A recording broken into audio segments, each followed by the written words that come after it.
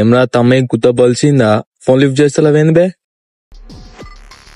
So hello everyone, welcome back to the Python series. So ఈరోజు topic ఏంటంటే మనం ఒక స్ట్రింగ్ని మనం వైల్ లూప్ ద్వారా మల్టిపుల్ టైమ్స్ ఎలా ప్రింట్ చేయాలో మనం ఈరోజు ఈ వీడియోలో తెలుసుకుందాం.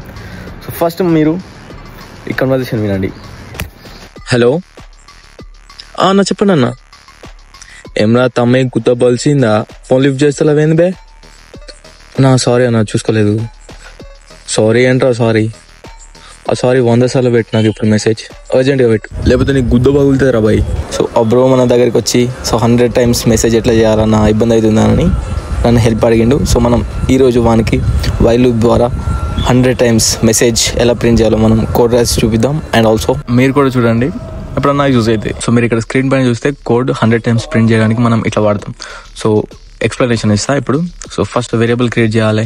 క్రియేట్ చేసిన వేరియబుల్లో ఒక వాల్యూ స్టోర్ చేయాలి, 1 అనే నెంబర్, ఓకేనా?